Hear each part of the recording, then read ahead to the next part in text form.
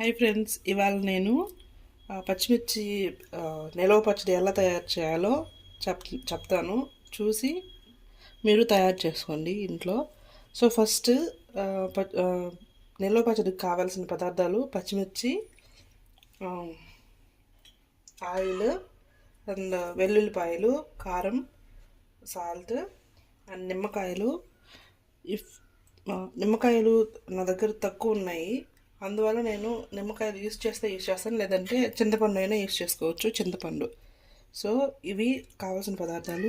ఇది మెయిన్ ఏంటంటే ధనియాలు, జీలకర్ర, ఆవాలు, అలాగే మెంతులు.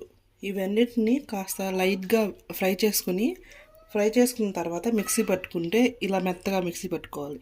సో దాన్ని ఇది మెయిన్ మసాలా అన్నమాట మన నిల్వ పచ్చడికి. సో దీన్ని నేను ఆల్రెడీ చేసి పెట్టుకున్నాను, అందుకే మీకు ఇలా చూపిస్తున్నాను. సో ఇప్పుడు మనం ఏం చేయాలంటే ఒక బౌల్ తీసుకొని దీన్ని నీట్గా కట్ చేసుకోవాలి. ఇవి యాక్చువల్గా నేనేం తీసుకున్నానంటే బజ్జీకి యూస్ చేస్తాం కదా పచ్చిమిరపకాయలు, వాటిని తీసుకున్నాను. మీరు నాకు కావాలంటే నార్మల్ అయినా తీసుకోవచ్చు. సో ఇలా కట్ చేసుకొని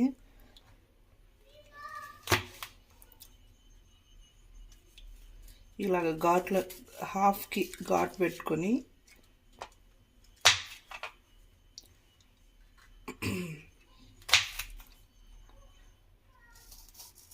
ఇలాగా ఒక బౌల్లో పెట్టుకోవాలి.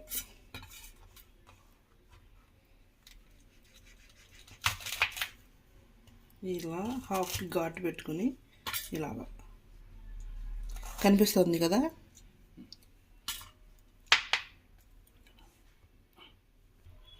సో ఇలా కట్ చేసేస్తున్నాను. నేను కట్ చేసుకుని ఒక బౌల్లో తీసి పెట్టుకున్నాను.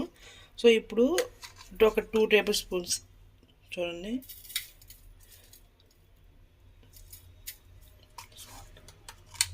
ఈ 2 టేబుల్ స్పూన్స్ సాల్ట్ వేసుకొని మంచిగా ఇలాగా కలుపుకోవాలి.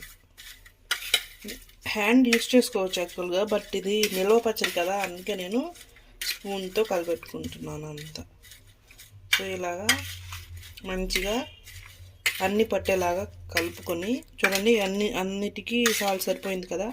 సో ఇలాగ పట్టించుకున్న తర్వాత ఒక పసుపు తీసుకోవాలి.